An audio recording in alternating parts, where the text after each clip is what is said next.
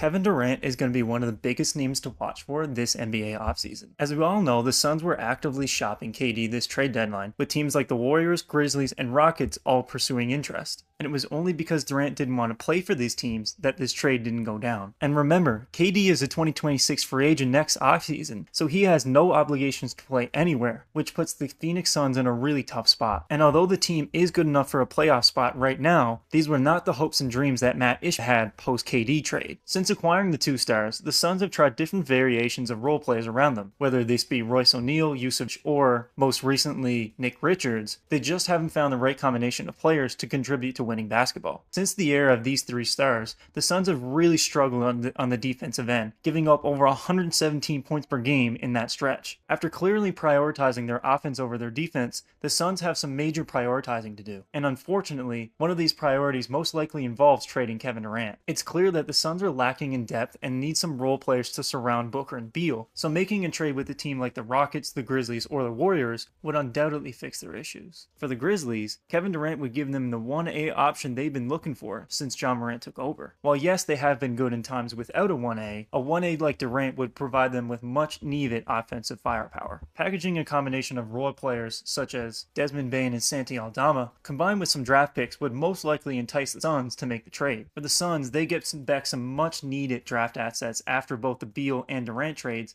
and for the Grizzlies, they finally get their 1A guy that can take them to the championship. The Rockets, on the other hand, present a much more intriguing package. Houston has the young talent and the draft assets to make the Suns want to do this trade. As they own the Suns pick as part of the Mikal Bridges trade, they could undoubtedly convince the Suns to trade Durant in back for that pick. A package of Cam Whitmore, Amen Thompson, and draft assets provides the Suns with young talent and draft capital to move forward into the future while still competing right now. As for the Rockets, they get to add Durant to an already established core of Dylan Brooks, Alperen Sengun, Jalen Green, and Fred VanVleet to make a run at the title for years to come. The last team I'm going to mention is a team that was already mentioned in the Durant rumors this trade deadline. The Golden State Warriors pushed heavy to acquire Durant at the deadline, but pivoted when they found out that Jimmy Butler became available. It was because Durant didn't really have a desire to go back that the trade didn't end up going through. I believe that the Warriors are not done adding to their core of Butler, Curry, and Draymond. They know that this is their last chance to compete with Steph Curry, and they have looked awesome since the Jimmy Butler trade. A trade for KD would undoubtedly put the Warriors back into contender status, as we know the Durant-Curry lineup can work. Combined with the defensive presence of Jimmy and Draymond, the league would be in nightmares. The package would most likely involve the two young players on the Warriors, Brandon Pajemski and Jonathan Kuminga, along with some leftover assets from the Jimmy Butler trade. This would again provide the Suns with some much needed young talent and some draft capital to build with in the future. Regardless if KD is the one that gets traded, there's no doubt in my mind that the Suns are going to do something massive this offseason. If you enjoyed this video and you would like to see more daily NBA content,